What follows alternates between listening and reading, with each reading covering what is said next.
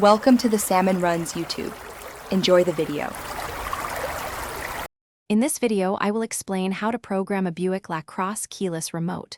First, gather all the keyless remotes you wish to program for your vehicle. It's important to have them all ready. Next, ensure your vehicle's ignition is completely off before you begin any steps.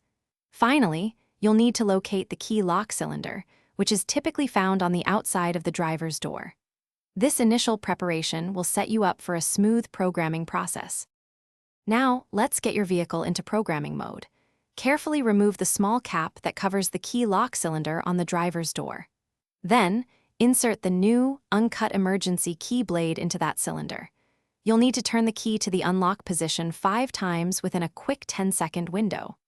After this, your driver information center should display a message like Remote Learn Pending, confirming you've entered the correct mode. This next part involves some waiting. First, wait for 10 minutes until your display shows Press Start button to learn. Then, press the engine start/stop button and wait another 10 minutes. You'll repeat this 10-minute wait and button press 2 more times. After the third cycle, the display will indicate Ready for remote number 1. Now, place your new remote into the vehicle's designated transmitter pocket, usually in the center console, and press the engine start/stop button one last time to learn it. To finalize, remove the remote from the transmitter pocket and press its unlock button.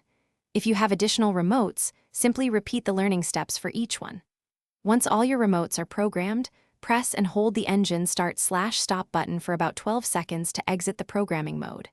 Finally, take a moment to test all your newly programmed remotes to ensure they function correctly, locking and unlocking your vehicle as expected. You're all set. Thanks for watching. Consider subscribing if we helped you.